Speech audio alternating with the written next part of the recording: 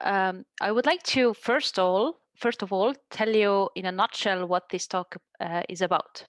So I would like to talk about the evolution of complex traits, and by complex I mean traits that can, in essence, depend on time or age of individuals, and some internal or external factors of individuals that can be, for example, the condition that they're in, or environmental effects or behavior of others. And in evolution biology, these traits are often called phenotypically plastic traits.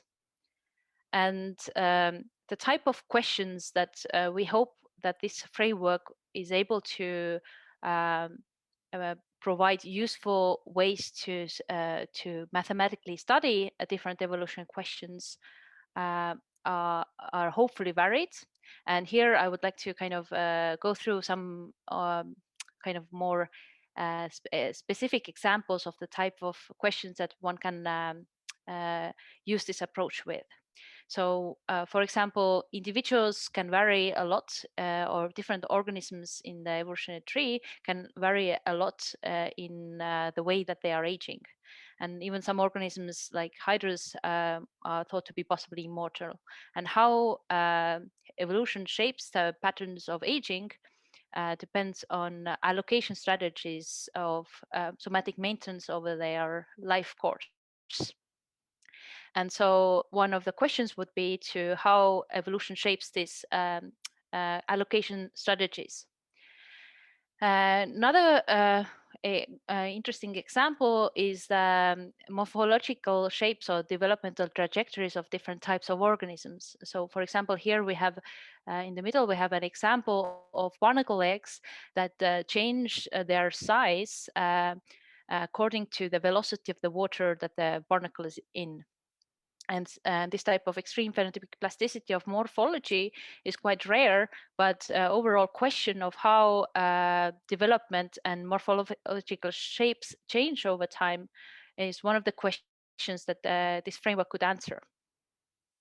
And then another kind of example is the social or behavioral traits of organisms. So here we have one example of worker ants that have basically developed into honeypots, and so other ants are able to feed from these honeypots. And this is an example of an extreme altruism, but the general question of how behavior, for example, cooperation, can change over individuals' lifetime is another example of possibly phenotypically plastic traits.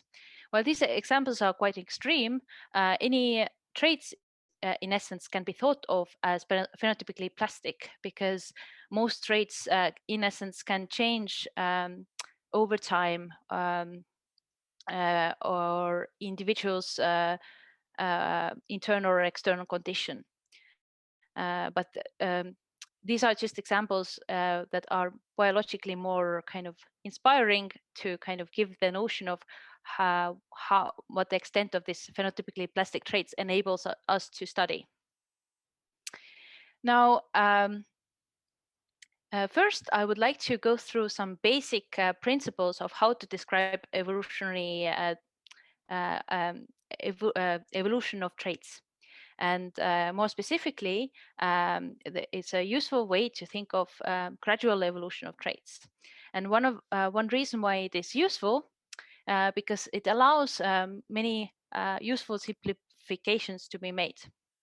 So if one were to assume rare mutations with very small effects in large populations, you can describe evolution in terms of gradual phenotypic changes over time. And in this kind of system, at any given time, you can view population as being monomorphic, or all individuals having the same traits, and which we call resident and denote by U. And then a rare mutant might arise, which has a small effect, so small deviation from the resident allele, So basically, here we have a mutant trait that codes for more reddish color hue. And this mutant allele can either invade or go to extinction. And if it invades, which means that its invasion fitness is larger than 1, which gives the per capita growth rate of the mutant allele in this population, um, then this theorem shows that this mutant allele will take over the population and becomes the new resident.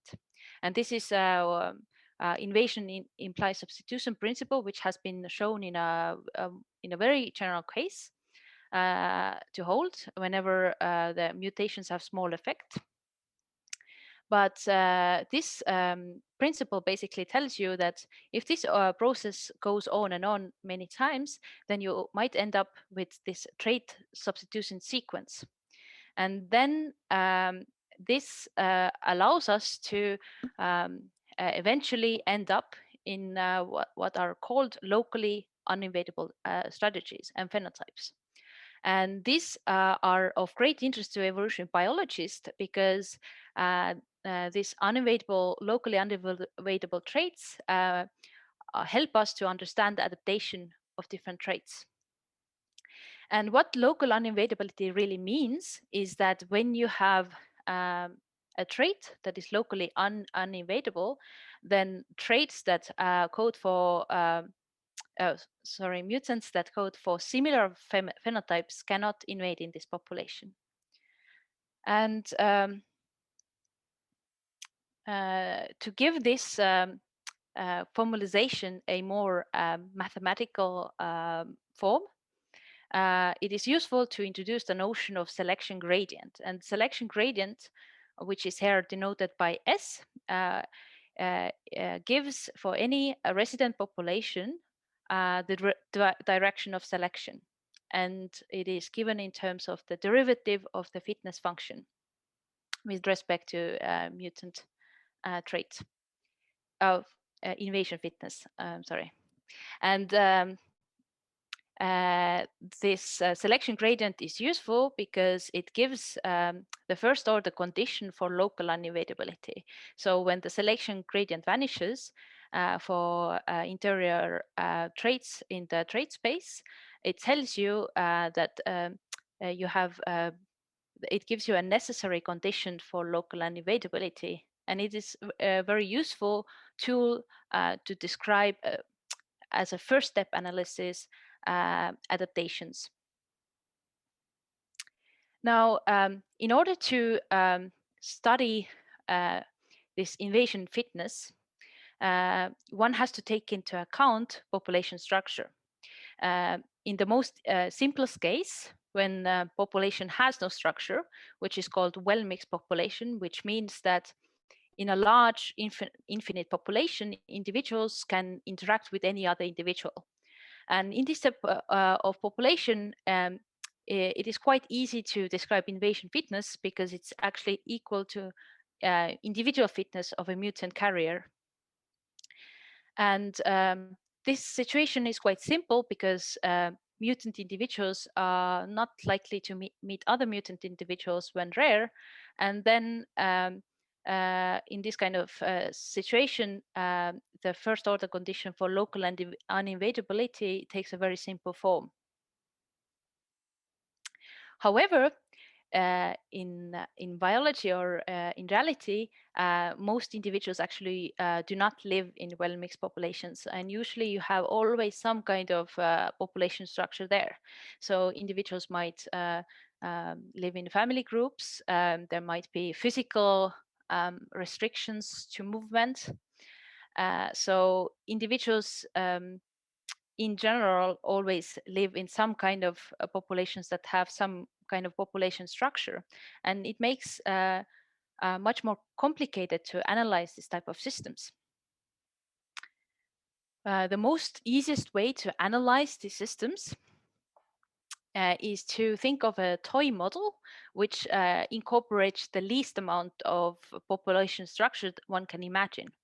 And this is called infinite island model. And this is quite a useful model, even though it's quite simple, because it allows to incorporate population structure, and it has been shown to provide very good predictions compared to much more complicated models with population structure for many different type of traits.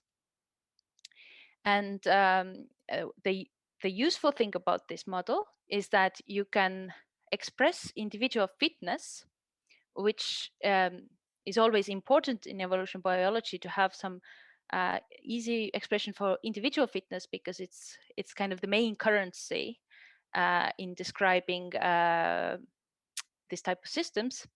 And individual fitness takes form such that it only depends on three quantities. It's the focal individuals trait, average group neighbors trait, which is the average trait of all other individuals in the focal group, and the average trait in other groups.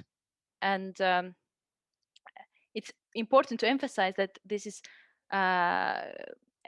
quite simple in that sense that you don't have to take into account all the traits of all possible individuals in the group.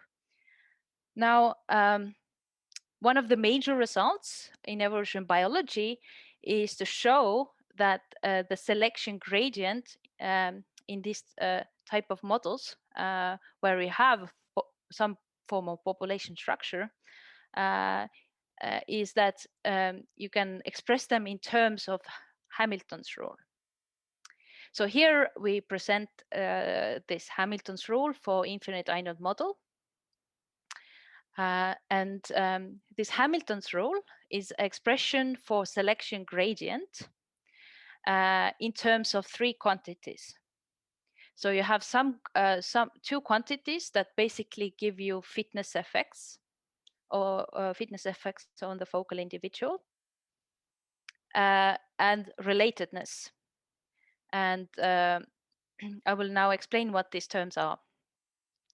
So the fitness effects are basically effect on focal's fitness when individuals switch expressing their traits from resident to mutant. So the cost is when a focal individual itself changes its trait expression from resident to mutant. And the benefit is when all other individuals in the same group change their expression from resident to mutant. And then you have this quantity called relatedness, which formally is a probability that two individuals randomly sampled from the same group carry the same allele. But it is really kind of a measure that that measures the expected frequency of the mutant-mutant interactions in the group. And why this expression called the Hamilton's rule is important is really that it allows to describe this very complicated system, rather complicated system, with only these three easily biologically measurable quantities, which are the fitness effect and the relatedness.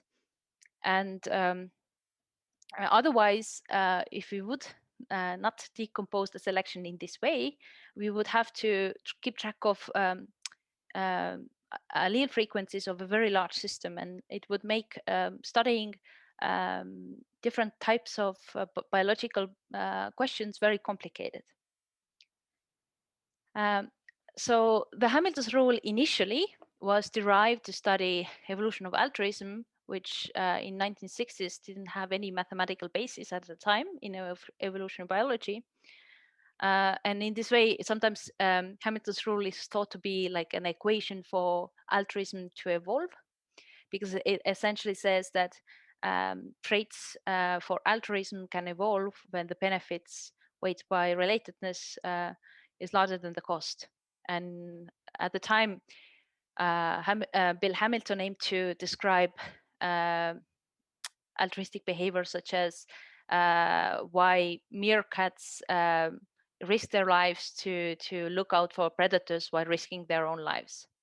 But actually, this condition, the Hamilton's rule, holds for any traits, and it becomes important whenever traits affect other individuals or individuals are in interaction.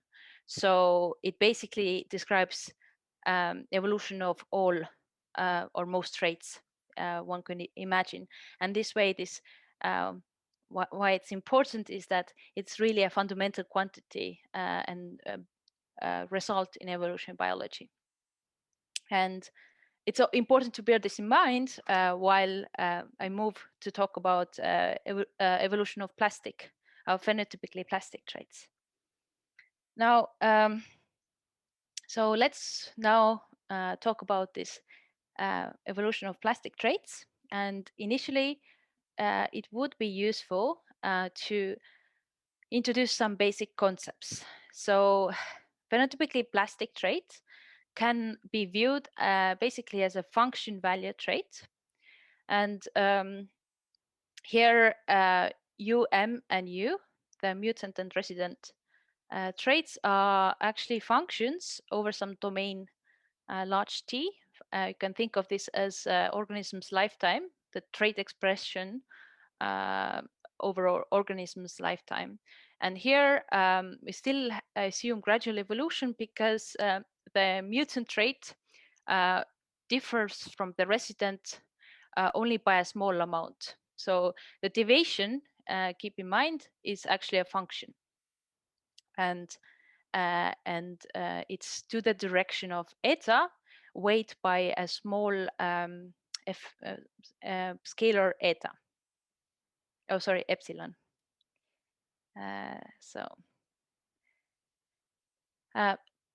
This type of traits can be conceptualized at least in two ways.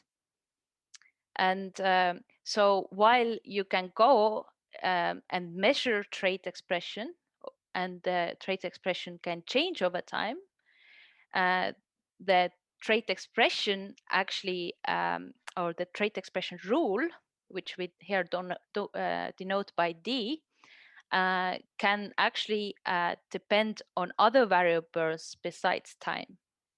And here, these other variables are denoted by X, and we call them state variables. And these state variables can be thought of, for example, body size, fat reserves, information about the environment, resources availability, behavior of others, and so on. And in mathematical terms, you can think of these traits as open loop controls and closed loop controls. And these terms come from actually optimal control theory. And in both cases, you can imagine that you might have state variables that are relevant to the problem. So in both cases, state variables influence fitness, but only when trait expression itself is state dependent, you have a feedback loop between trait expression and state variables. And that's why that's why it's called closed loop, because you have this feedback between trait and state.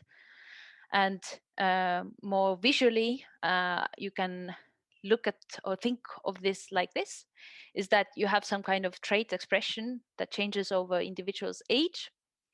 And this trait expression at any given time influences the trajectory of states, for example, growth of an individual. And then this growth feeds back to trait expression. And all or both of these trajectories in the end influence fitness. So, so this is the type of a system that we are dealing with.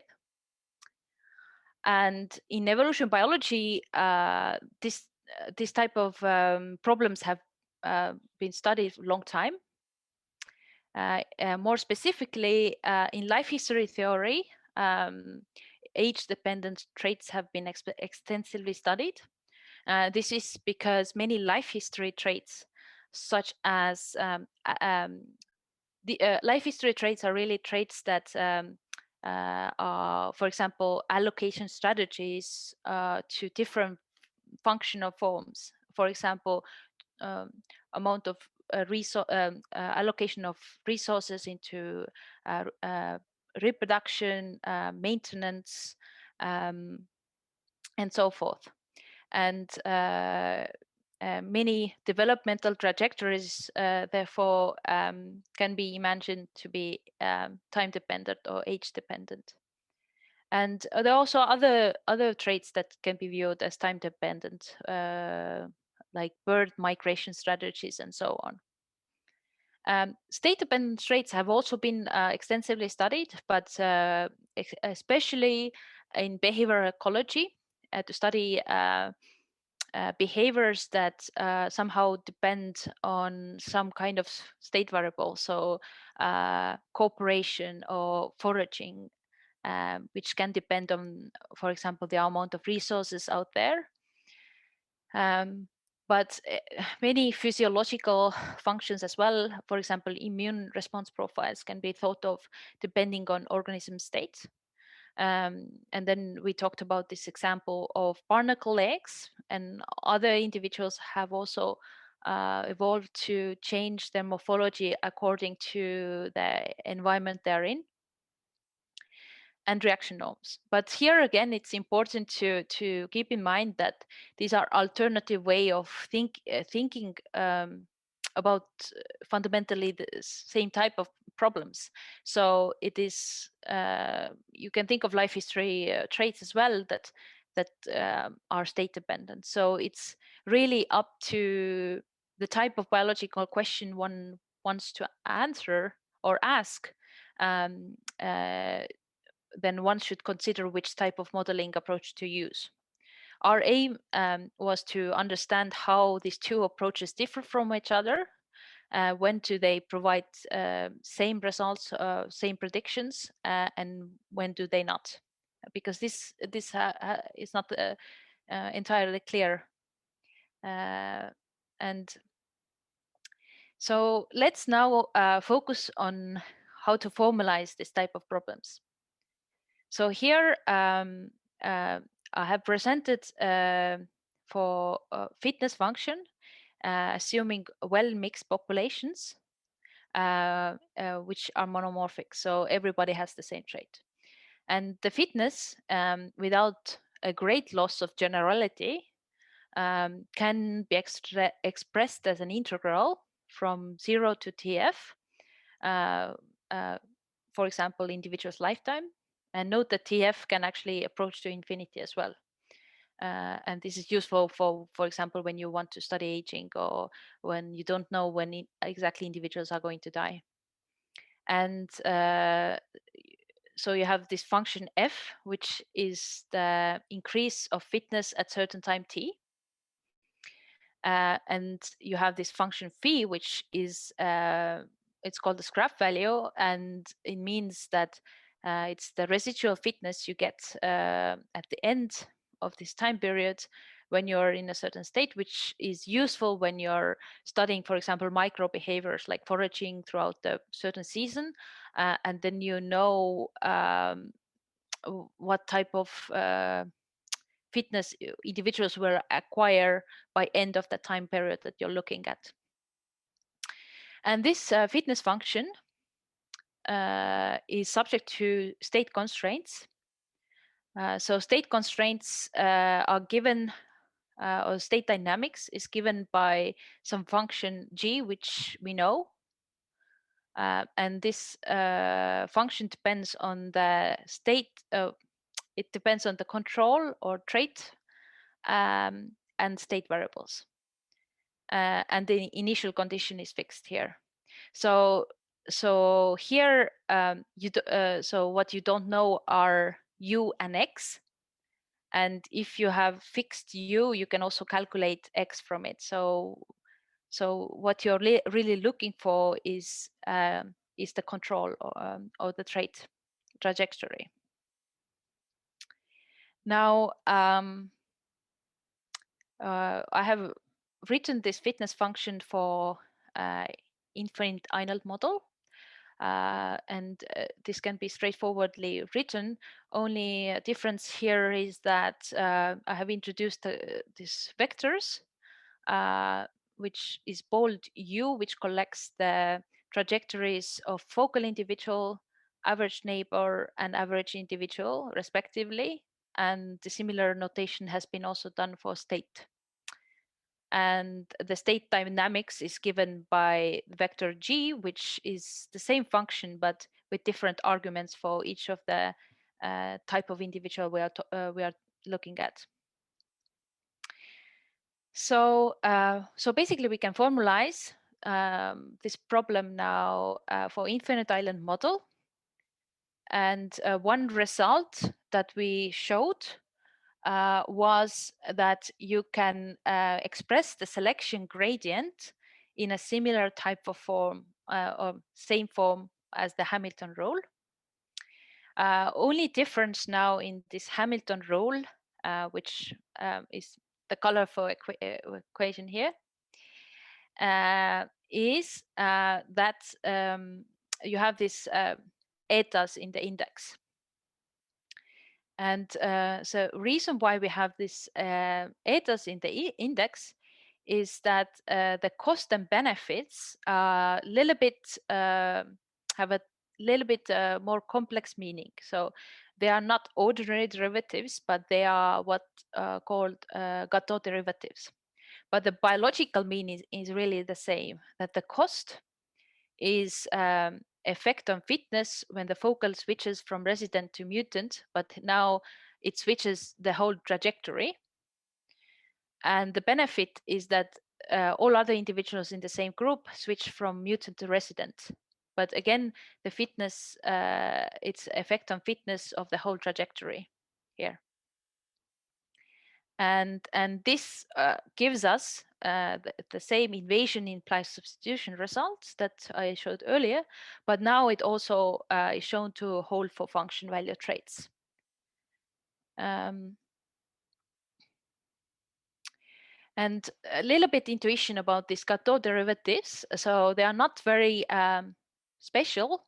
They just are basically functional derivatives. So the effect of the changing the whole trajectory on the functional. And here fitness is functional. Functional is just a mapping from topological vector space to reals. And it has been shown, it's a mathematical result, that you can express this functional derivative as an integral of pointwise derivatives. Or pointwise means here that effect on fitness of changing only one component at certain time point on the fitness. So you can decompose all the fitness effect at any given time on the fitness function. And this integral, under this integral, the component-wise derivative is also multiplied with the direction to which this mutant deviation is, which is the eta. And then this concept allows us to decompose the selection directional selection coefficient S eta in terms of the direction and the selection gradient. And the selection gradient here gives at any given time the Hamilton's rule, basically. So basically what what it says is that you can conceptualize the direction of selection at any given time of the trait expression. And this is very useful result because you know how you basically have a measure of how to tweak this function or the trajectory such that to increase your fitness. And only problem with this cost and benefits here, this component-wise cost and benefits, is that they cannot directly be calculated. One of the reason is that why this cannot be done is that if you change a trait at certain time moment t, it will have future consequences to fitness from time t onwards through state deviations. So, because the trait perturbation leads to state perturbation over the whole trajectory in the future. And so it influences all the fitness components in the future as well. So how to take this into account is with the use of optimal control theory. And more specifically, optimal control theory tells us that in order to keep track of these future consequences, it's useful to define a function called Hamiltonian function. And this Hamiltonian function, which is defined as h, depends on three terms. So it depends on current fitness increase, and then current state change weighed by the effect that the state change has on your future fitness. So it kind of intuitively lets you know that there are two ways to increase your fitness, either by directly increasing your fitness now or investing into state. And the state will give you some kind of returns in the future according to the shadow value.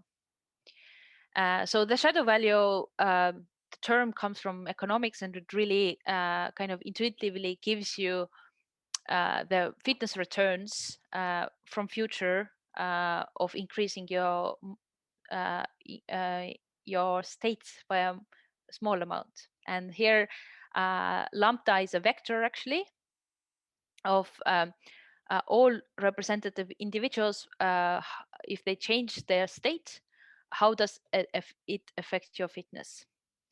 And the shadow value can be calculated from the dynamic equation given in the blue box. And basically, it's the derivative of the Hamiltonian function with respect to state. And it's also important to be reminded, I use this notation where U bold and X bold mean that all the states and traits have been evaluated at resident. So it will just be useful to keep in mind. So what we showed basically is that with the use of this Hamiltonian function that we just introduced, you can express the cost and benefit terms as partial derivatives of the Hamiltonian function. So that was the reason why we introduced the Hamiltonian function. And then you can show this using optimal control theory results that these costs and benefits can be expressed like this. And basically, this result is very interesting in that sense that it tells you that Hamilton's rule not only has to hold globally for these state trajectories, but it also has to hold component-wise or locally at any given time. So individuals, for example, growing in the same patch, they have to take into account if they are growing, for example, that how does your life history trade-off affect your relatives, for example. And so it connects individuals in the same group or interacting individuals through through state variables, and individuals have to take into account the effect of the state variables to other individuals in the population.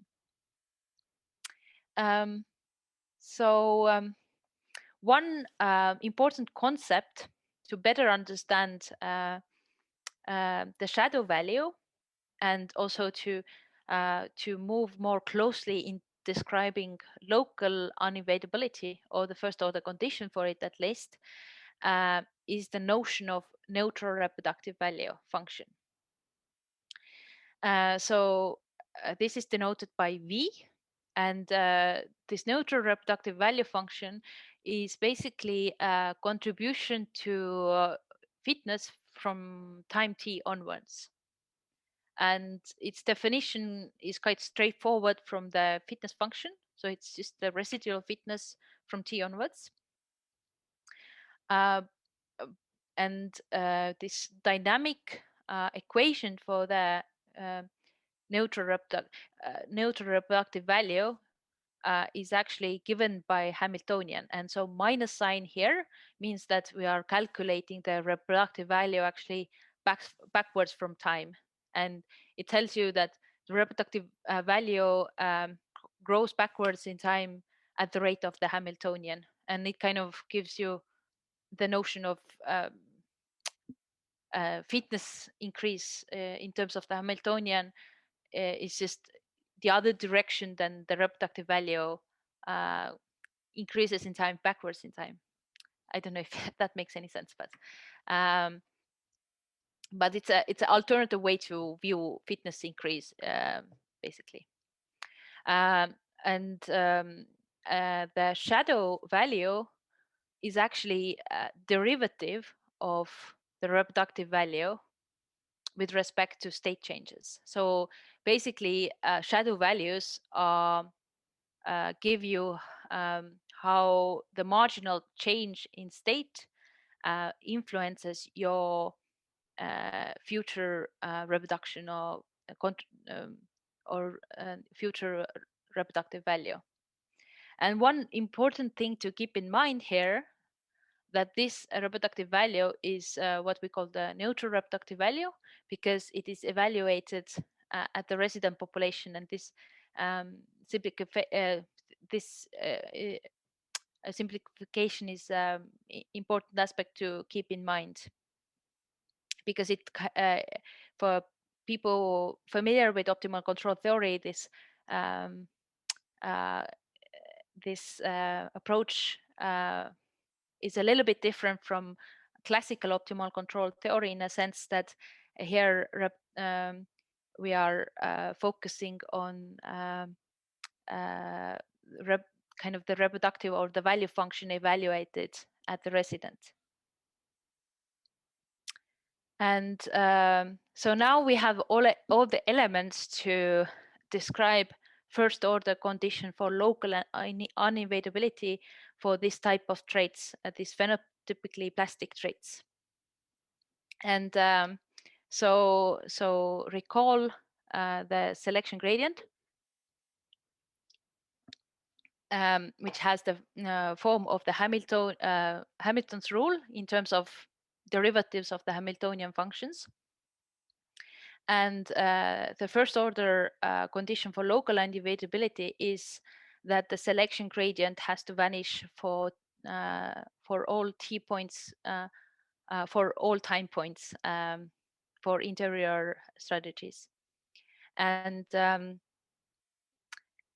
so basically, from this condition that the selection gradient vanishes, you can already calculate as a first step the expression for the locally uninvadable traits, or the candidate locally uninvadable traits, in terms of state variables and lambdas. So because you don't know in this equation what the state variables are, and you don't know what the shadow values are, so you have to calculate them. So state variables are quite easy. You just use the equation that we defined and calculate the state dynamics using U star, or the locally uninvadable trait. But the other aspect is to calculate the shadow value. And now the shadow value becomes extremely important when you keep in mind what kind of trait expression you want to use, or what kind of trait expression you assume. So here it makes a huge difference. And so for time-dependent or age-dependent traits, you can just use the dynamic equation for the shadow value, which is the derivative of the Hamiltonian, and calculate the shadow value backwards in time. But when you have a state-dependent or closed loop traits, you cannot do this. You cannot directly calculate the shadow value from this equation. And the reason why this is so is that because the trait expression is also state-dependent, you will end up with higher order derivatives of the shadow value. And then it kind of feed back into itself. And so in essence, you cannot find these derivatives without knowing the neutral reproductive value.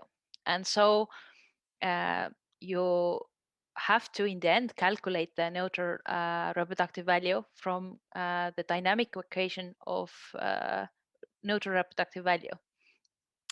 And while this equation for neutral reproductive value, which is on the right, might not look that complicated, it is actually quite complicated because it's a partial differential equation, because lambdas are also derivatives of the fitness reproductive value with respect to x. So actually in this equation, even though it does not look like it, you actually have derivatives of the reproductive value with respect to time and with respect to state variables. And partial differential equations in general are much more complicated to solve than ordinary differential equations. And for this reason, open loop or time-dependent traits are much easier to study than state-dependent traits, at least to get analytic expressions for it. But of course, it does not mean that this approach is not useful to study state-dependent traits, because you still have you still can derive some general expressions of from the selection gradient. You can derive the general expression for the how the locally uninvadable trait should look like. And then you can have some kind of expressions to understand how the solutions might look like. So in essence, they are still useful. One other aspect, what would be interesting to look at, is how what is the difference between age-dependent and state-dependent traits. So we now know that there are different equations to solve, but we don't know why we have to do it. And so let's talk more about this.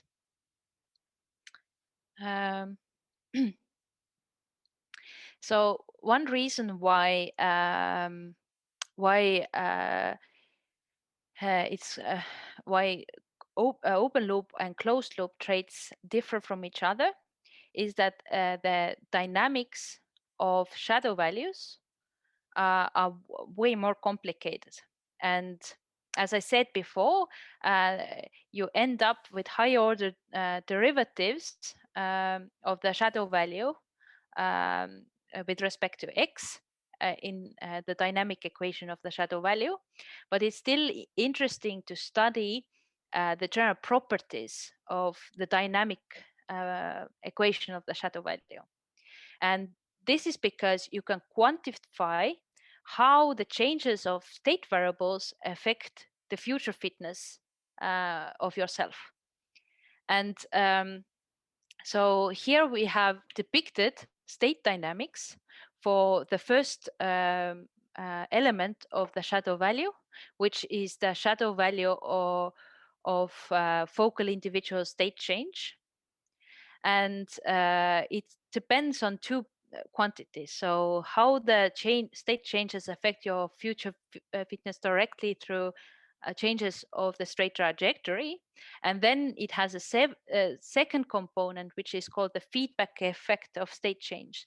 And this feedback effect of state change basically takes into account how individuals, how the trait expressions of these individuals react to your state change or focal individual state change. And this component can be further divided in the following form in the second equation. So it depends um, on basically four things. So first, how focal individual responds uh, to state change. So how it changes its trait expression when its state changes. So you can imagine if individuals are interacting in the group and the individual grows larger, then how does its behavior change when it's bigger? And if its behavior change, it has a fitness consequence on the focal individual, which is minus c, or the cost term. And then you have additionally another term which takes into account that neighbor traits also change when you get bigger, and so their trait expression change when your state changes. And this effect is weighed by the benefit term, because when neighbors all change their behavior, then the effect on the focal individual is given by the benefit term. So this feedback effect basically tells you the main difference that arises from the feedback effect, the closed loopedness of the state-dependent traits. And we have now shown that it really depends on the individual responses of individuals in interaction. And the sign of this feedback effect actually tells you how individuals are affected by state feedback in their weighing of future versus current fitness effects. So if this feedback effect is positive, then individuals, this feedback effect increases individuals investing more into state dynamics, or investing into the future, basically. If this effect is negative, then individuals invest less into state variables and less into the future in that sense. And so this feedback effect really has many interesting insights.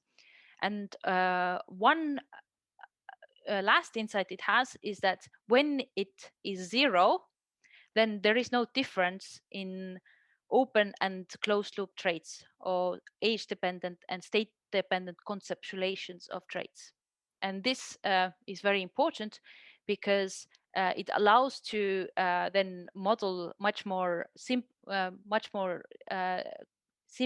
open loop traits, because there is no need to calculate the much more complicated state dynamics of the reproductive value. And when is this feedback effect zero? So two cases that we were able to find. So the first is when there are no social interactions in the group. When there are no social interactions, it means that other individuals cannot influence your fitness. Hence, the benefit term is zero. And if the benefit term is zero, then the selection gradient is actually equal to the cost of minus c. And if minus c is zero, because the selection gradient at the locally uninvadable trait is zero, that means the whole feedback effect is zero, because b is zero and c is zero. So the feedback effect vanishes. And this is quite intuitive. When there are no interactions, then it's quite intuitive in that sense that that there are no feedback effects. Another case is that when individuals interact in locally and there are clones, so it means that relatedness is equal to 1. And there is in these interactions there is the common state variable. So in this case, from the selection gradient at local uninvadability, minus c plus b is equal to 0. And trait responses of focal and neighbors trait response are equal to each other because there is a common state variable. So it follows that it follows that this whole term vanishes because minus c plus b is basically 0. And so we have quantified two possibilities when feedback effect has no influence on the dynamics of phenotypically plastic traits. So now I'd like to conclude this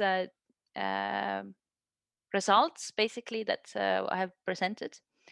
So what I was aiming to provide is general mathematical formulation for the gradual evolution of phenotypically plastic traits.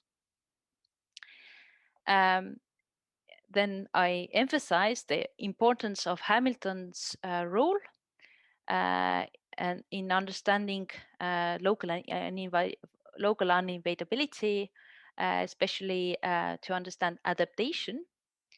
And we were able to show that the Hamilton's rule holds also for basically age and state dependent traits. And furthermore, we were able to show when state and age dependent traits differ from each other and quantify the differences between these two formulations.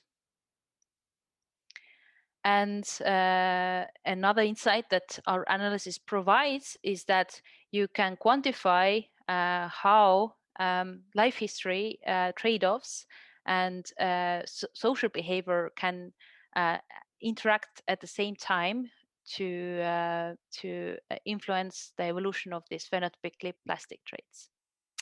And if you are more interested in these results, we recently, this paper came out in JTB. And I would also like to acknowledge that this work was done together with Laurent Lehmann and Tadeusz Priklop also. So thank you for the attention and looking forward to some questions as well.